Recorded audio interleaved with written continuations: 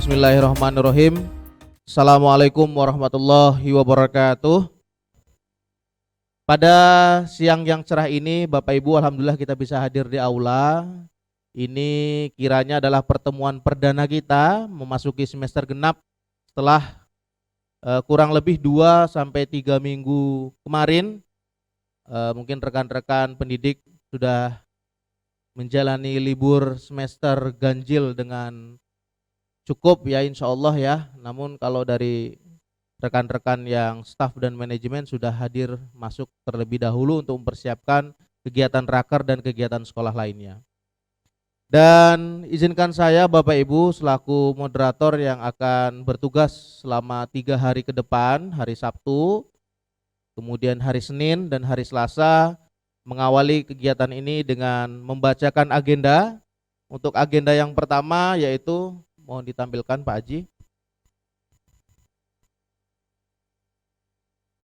Ya, yang pertama adalah pembukaan, kemudian pembacaan agenda, kemudian juga perkenalan personil baru. Assalamualaikum warahmatullahi wabarakatuh. Izin memperkenalkan diri, nama saya Syafira Mulia Eka Pratami, bisa dipanggil Vira. Asal dari Bandung, lulusan dari Teknologi Pendidikan Universitas Pendidikan Indonesia, usia 24 tahun. Teman-teman, di sini semester genap ini ada beberapa kebijakan yang mungkin ingin kita sampaikan SMK Bina Informatika terkait kurikulum Merdeka.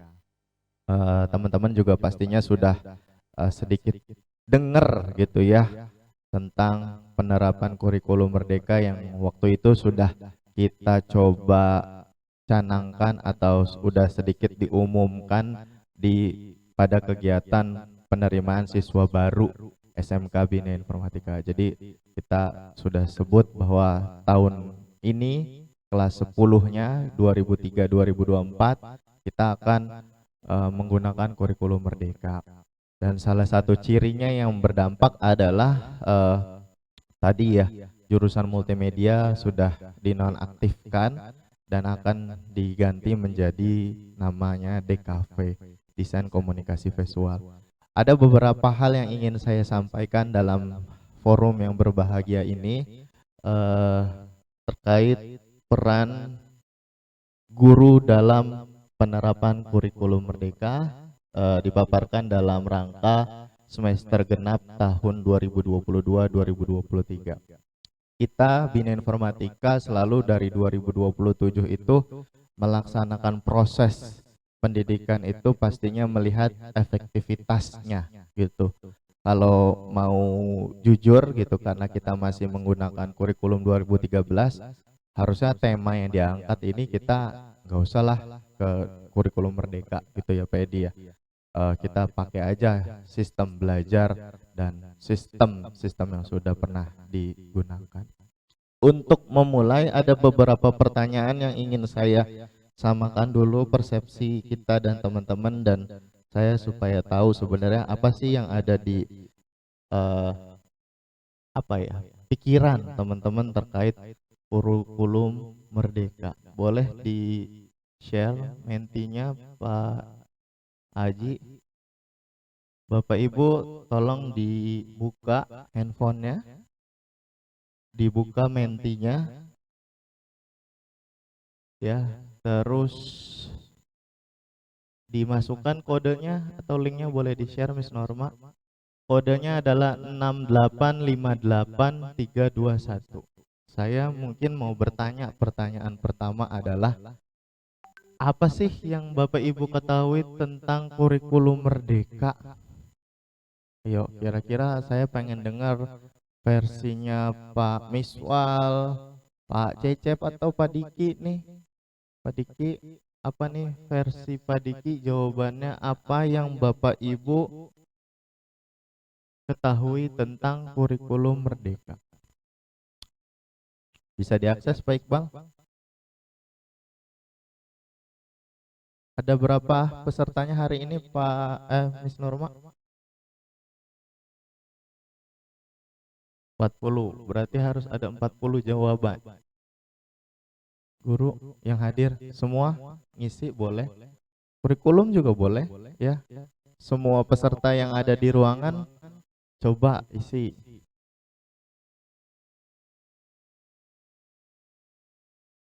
Menti.com, menti.com, kodenya 6858321.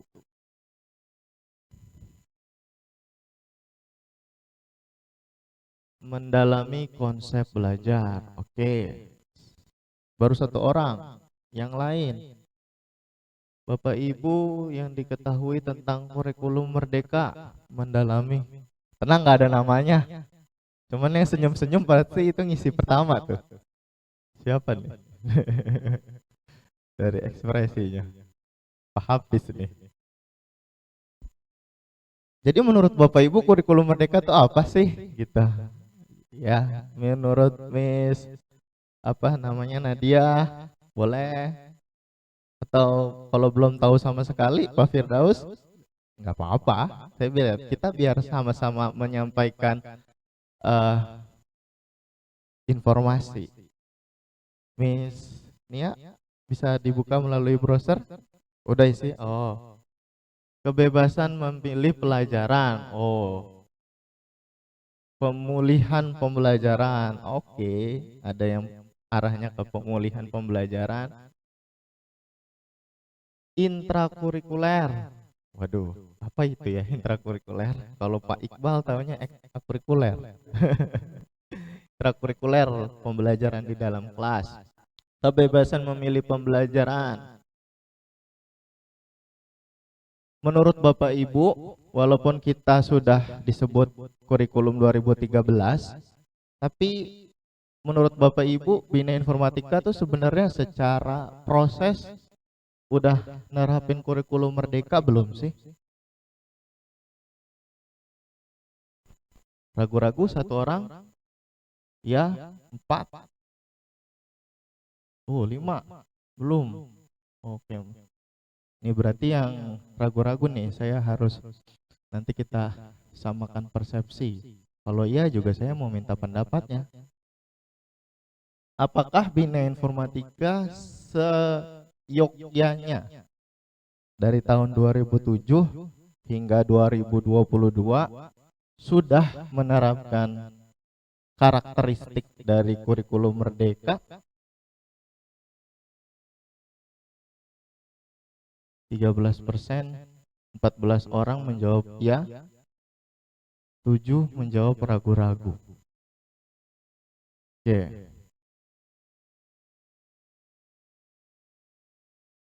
Ini kalau dilempar mic jawabnya iya semua pasti takut ditanya. Ya, tenang aja Pak Diki nggak bakal ditanya.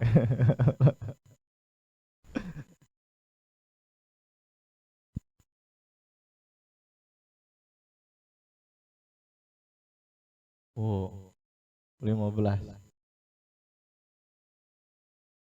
10. Oke. 2 lagi.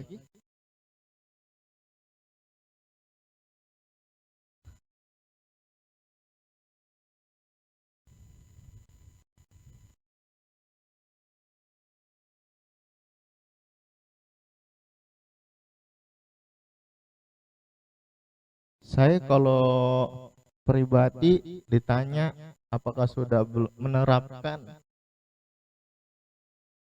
kalau secara legal belum, tapi secara kegiatan semenjak discovery learning, project based learning, dan project problem based learning itu kita selalu arahnya ke sana. Tapi sebelum itu juga dimulai, sebelum 2013 itu berjalan, dulu ada nama mata pelajarannya kerja project. Bu Sri ingat nggak Bu Sri kerja project? Anaknya kalau ujian tuh ganteng-ganteng banget, Pak Budi, pakai jas, presentasi, ya bikin aplikasi, bikin rapat, tapi tidak semua mata pelajaran, ya, tapi belum semua mata pelajaran. Jadi kalau saya ditanya sudah menerapkan kurikulum merdeka belum?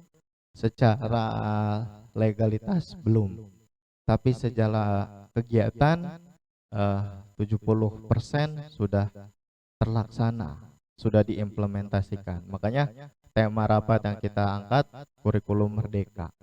Ya, kalau kita tetap di 2013, kita harus move on, harus moving forward. Oke, next. Nah, tadi yang 16 coba jawabnya kenapa? Apa yang dirasakan sehingga ke-16 orang tersebut yang menjawab iya, menjawab kita sudah menerapkan. Silakan.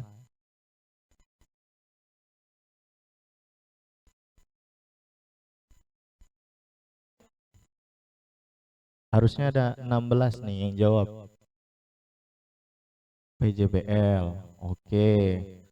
PJBL itu Project Based Learning, Pak Firdaus. Jadi kita bikin aplikasi secara utuh, satu full gitu, bukan cuman belajar login, tapi bisa berkolaborasi dengan mata pelajaran lain, pemodelan PL, atau yang desain grafis sama pelajaran 2D, 3D desain grafis, jadi iklan. Berbasis project, modul harus sepadan dengan RPP. Wah, siapa nih? Miss Norma ya. Berbasis project, UAS praktek. Iya, UAS praktek. Bener ya, UAS praktek ya. Dari tahun berapa Pak Cecep UAS praktek tuh ya? 2010 ya. Udah praktek semua ya. Kita udah fokus UTS ke pengetahuan, terus UAS praktek ke keterampilan. Student center, ya tadi ya, PJBL, problem dan sebagainya. Soalnya tuh di 2007 itu kita masih sempat itu ya Pak Edi tuh, materi pembelajaran itu sistem belajar itu masih kita dulu tuh ya, jigsaw gitu-gitu ya. Cuman pas udah di 2013 udah fokus ketiga metode pembelajaran. Oke, ya. Sebenarnya inti dari pemaparan saya hari ini adalah sebenarnya pengen persepsi teman-teman sebenarnya apa sih tentang isi dari kurikulum merdeka. Tapi saya bisa sampaikan dalam forum ini 80% teman-teman sudah paham kenapa pentingnya kurikulum merdeka dan sepertinya sudah melakukan itu jauh-jauh dari hari. Jadi bukan sesuatu yang sulit atau bukan sesuatu yang berbedanya seperti apa. Nah, bahas di buat masuk ke ini biar enggak ini, tepuk tangan dulu untuk kita semua. Ya, oke. Tes.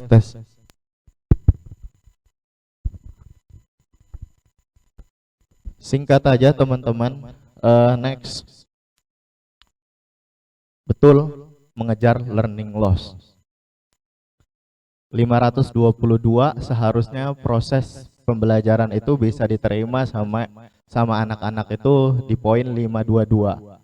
Tapi kalau sekolah memilih kurikulum 2013 itu hanya terserap 482. Ini ada gapnya. Kalau nggak learning loss belajarnya segini.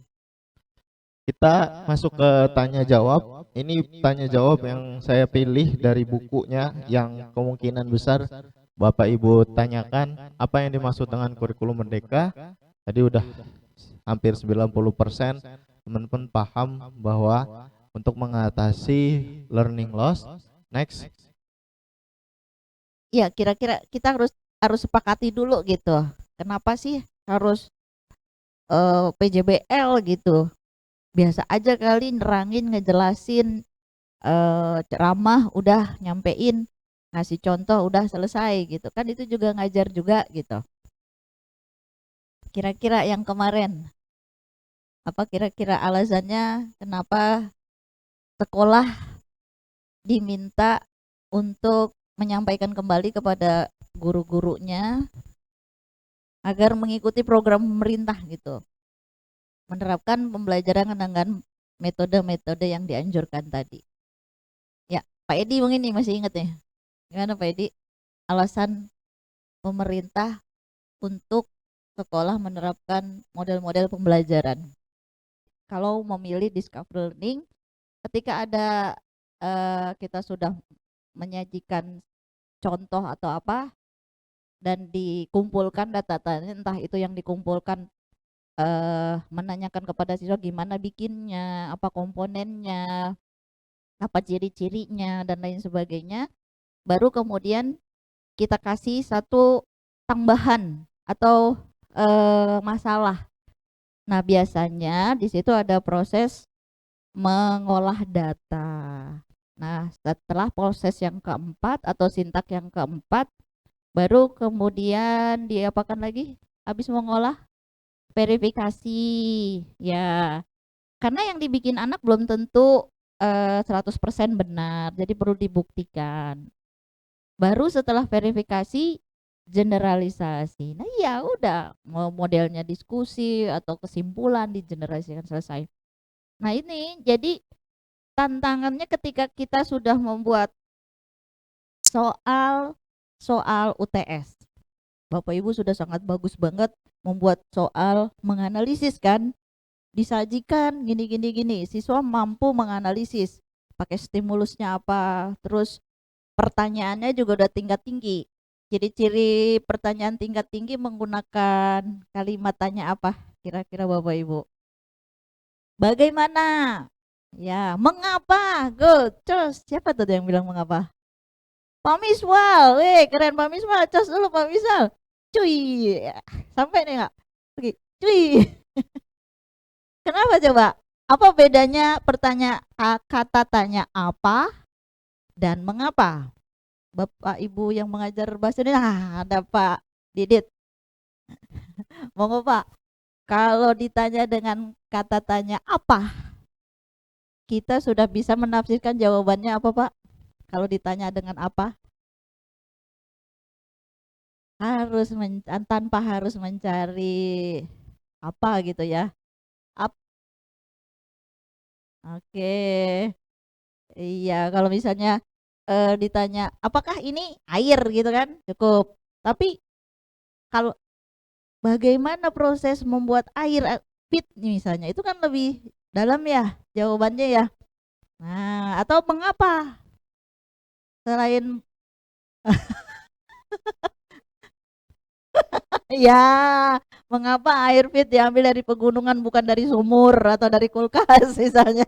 Kan masih ada alasannya yang eh, bisa menimbulkan proses berpikir tingkat tinggi atau menganalisis. Jadi kalau soalnya sudah menganalisis, soal UTS, Pak San, soal UAS menganalisis, maka proses mengajar pun harus dibantu dengan menganalisis supaya apa kira-kira Pak Adit? Proses belajar kan di modul ya, supaya kita menyiapkan murid kita pada saat UAS atau UTS kan soalnya menganalisis tinggi tuh ya. Terus kita sekarang kan bikin modul nih untuk persiapan mengajar proses. Nah, kira-kira apa kaitannya antara proses mengajar sama ulangannya, evaluasinya? Menurut Pak Adit aja, nggak usah lihat yang ini pemahaman Pak Adit, nggak apa-apa, nggak salah juga nggak apa-apa, nggak bakalan di santai aja. Gimana menurut Pak Adit? Kaitan proses belajar dengan penilaian.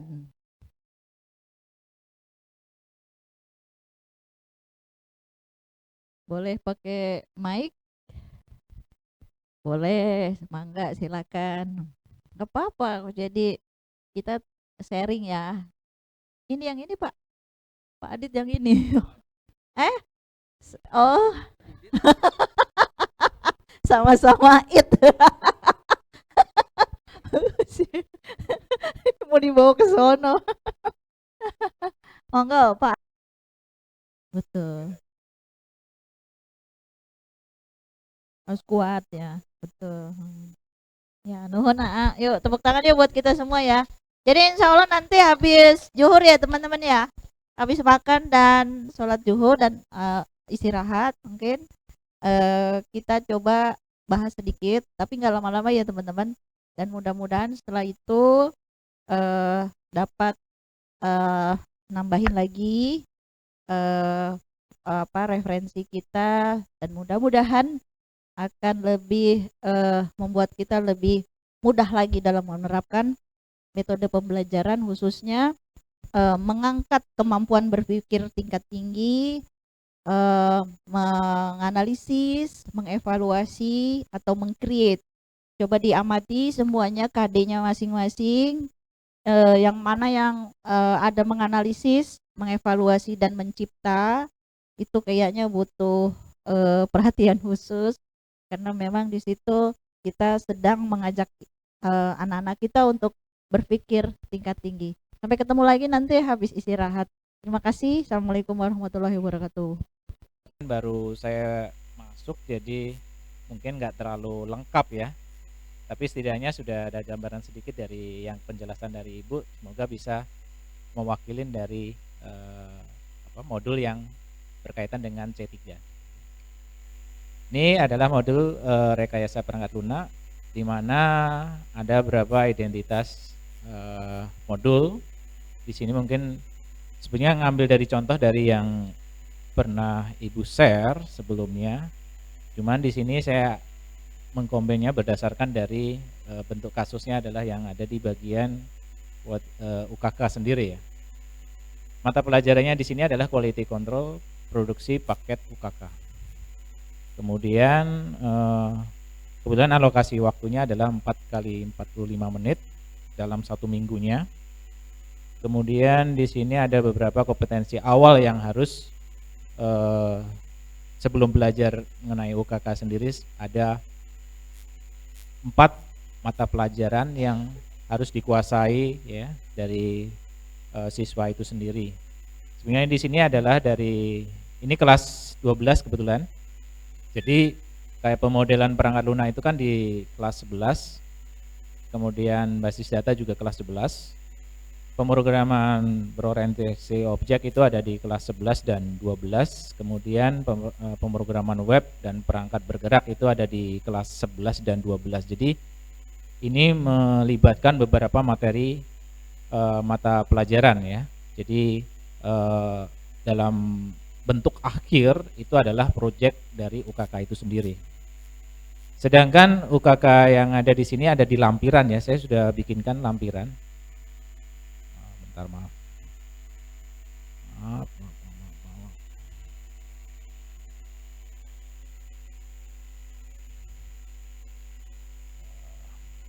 Oke, lampiran di sini bentar di bagian bawah ya. Mana yang ditaruh, bagian mana yang harusnya bisa diisi, bagian mana yang paling bisa kita perbaiki untuk jadi modul. Karena saya ngelihatnya tadi Pak San mohon maaf mungkin kesulitan gitu mengidentifikasi ini ada di sintaks mana dan bagian ini tuh diisi untuk bagian mana gitu. Kalau saya ngelihatnya, tapi nggak tahu Pak Sannya kayak gitu atau enggak. Jadi coba Miss Norma boleh share screen Word ya, kosong ya.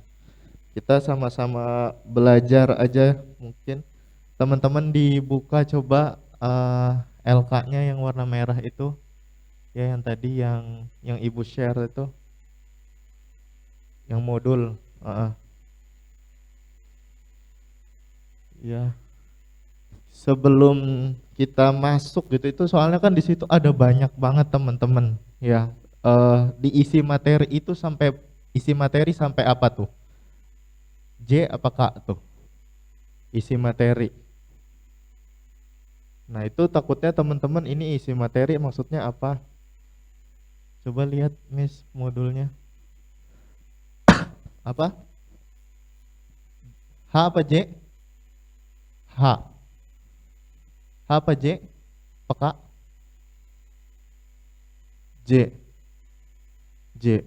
Padahal itu masih masuk ke dalam substansi dari isi materi ya, kalau nggak salah ya.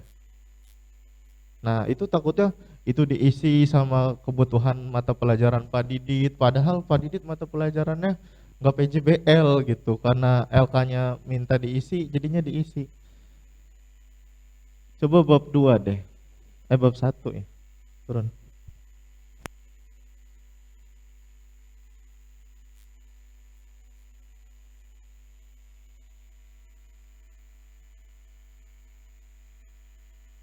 Ke LK gitu.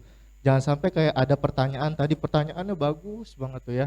Kayak ini fungsinya apa, ini apa, untuk pemantik gitu. Tapi nggak dipakai untuk dikumpulkan, untuk dinilai. Itu sayang menurut saya sih. Jadi yang dekat sama mereka itu kan sebenarnya modul bahan ajarnya tuh kan, video dan LK. Jadi dan teman-teman juga sebenarnya kan nggak punya batasan ya untuk menentukan tugasnya mau berapa. Walaupun dicontoh tugasnya cuma 1, kan pada kenyataannya Mr. Albi Discovery Learning ngasih tugasnya bisa lebih dari 1. Nah itu jangan sampai kehilangan karakteristik dari mata pelajarannya. Oke Pak Hasan, terima kasih. Saya kembalikan ke moderator. Oke, sebelum Miss Putri mulai, Bapak Ibu kita beri support untuk Miss Putri akan presentasi, Bapak Ibu. Ya, silakan kepada Miss Putri, waktu dan tempat dipersilahkan. Baik, assalamualaikum warahmatullahi wabarakatuh. Waalaikumsalam warahmatullahi wabarakatuh. Terima kasih banyak atas kesempatannya Pak Esa, Pak Riza, Bu Meta, dan teman-teman semua. Sebenarnya ini modulnya belum selesai ya, karena ya seperti yang kita rasakan bersama-sama, kita masih merevisi dan menyesuaikan. Tapi singkatnya, identitas modul tidak saya jelaskan, langsung ke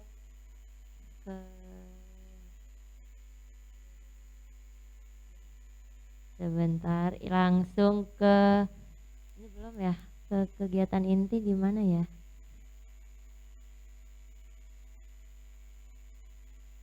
Oh ini, kebetulan mata pelajaran yang sedang saya buat desain grafis untuk kelas 10 yang saya pilih adalah project based learning, karena di kelas 10 semester ganjil sudah mulai menggunakan aplikasi. Jadi di kelas semester genap ini sudah membuat project, meskipun projectnya sederhana, dan kebetulan dari 6 KD 2 KD untuk gambar vektor yang saling berkaitan, terus selanjutnya gambar bitmap juga saling berkaitan, jadi bertahap. Yang bab 1 dan bab 2, bab 1 membuat efek vektor yang Setelah Pak Esa menutup dan kita tutup, mungkin kita mengupload. Seperti itu? Oke, baik. Berarti kalau gitu Bapak Ibu mohon layar laptopnya diturunkan sejenak Bapak Ibu. Kita break sebentar untuk melanjutkan agenda, yaitu penutupan dari Bapak Kepala Sekolah. Sudah ya? Oke, deal ya Bapak Ibu ya, kita nggak lanjut ya. Ya, soalnya moderator juga buat modul Pak. Juga harus mengumpulkan juga. Nanti kita juga sama-sama mengumpulkan. Jadi mohon dengan hormat Bapak Ibu untuk kita sama-sama mendengarkan amanat dan penutup dari Bapak Kepala Sekolah terkait dengan raker, atau mungkin ada kebijakan atau informasi lain yang berkaitan dengan pembelajaran maupun kebijakan sekolah lainnya. Mari kita sama-sama menyimak dan mendengarkan amanat dari Bapak Kepala Sekolah kepada Bapak Esa Hergatama MKOM. Waktu dan tempat dipersilahkan.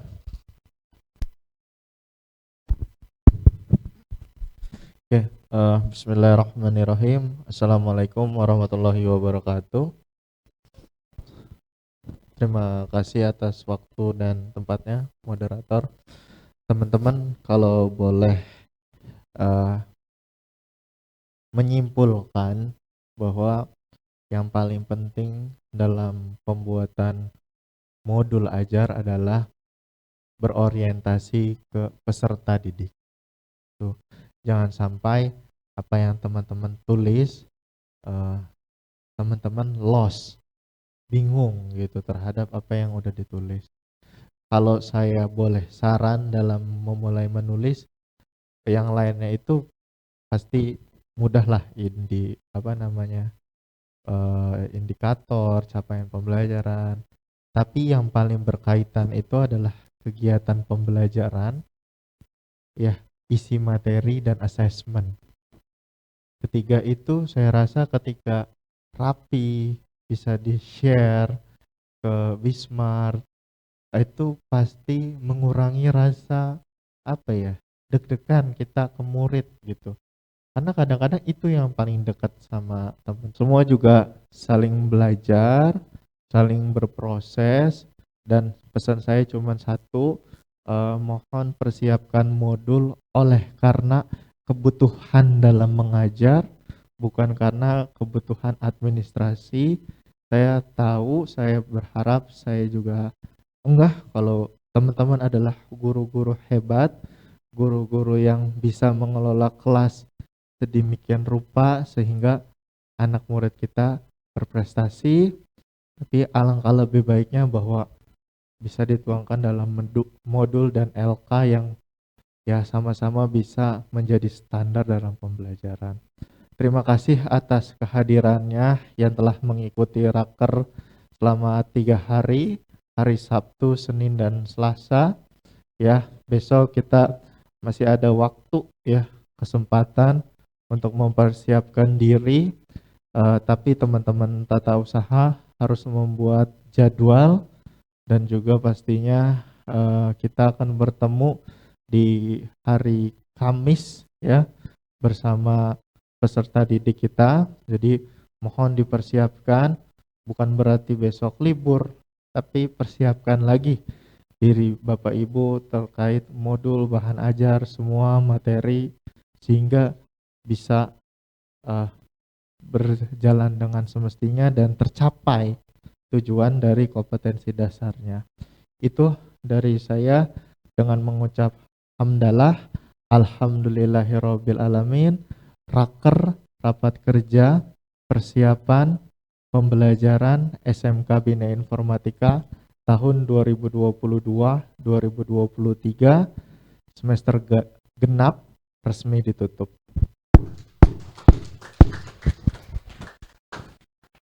Terima kasih. Wabillahi taufiq wal hidayah. Wassalamualaikum warahmatullahi wabarakatuh. Waalaikumsalam warahmatullahi wabarakatuh. Baik, terima kasih Pak Esa yang telah menutup kegiatan raker semester ganjil tahun pembelajaran semester genap tahun pembelajaran 2022-2023. Dan seperti yang tadi saya singgung sedikit di awal, Bapak Ibu, mohon nanti setelah ditutup dengan salam agar segera mengumpulkan modul tersebut ke link yang sudah disiapkan. Dan informasi juga dari tata usaha bahwa untuk transport raker di 3 hari ditransfer ke BSI. Sekian Bapak Ibu. Selanjutnya ada pertanyaan sebelum ditutup? Cukup? Sensei mau tanya? Oh enggak. Oke. Barangkali bertanya Sensei. Baik, terima kasih Bapak Ibu. Mari kita akhiri raker kita dan kita tutup dengan bersama baca hamdalah. Alhamdulillahirabbil alamin. Pulau Irian, burung cendrawasih.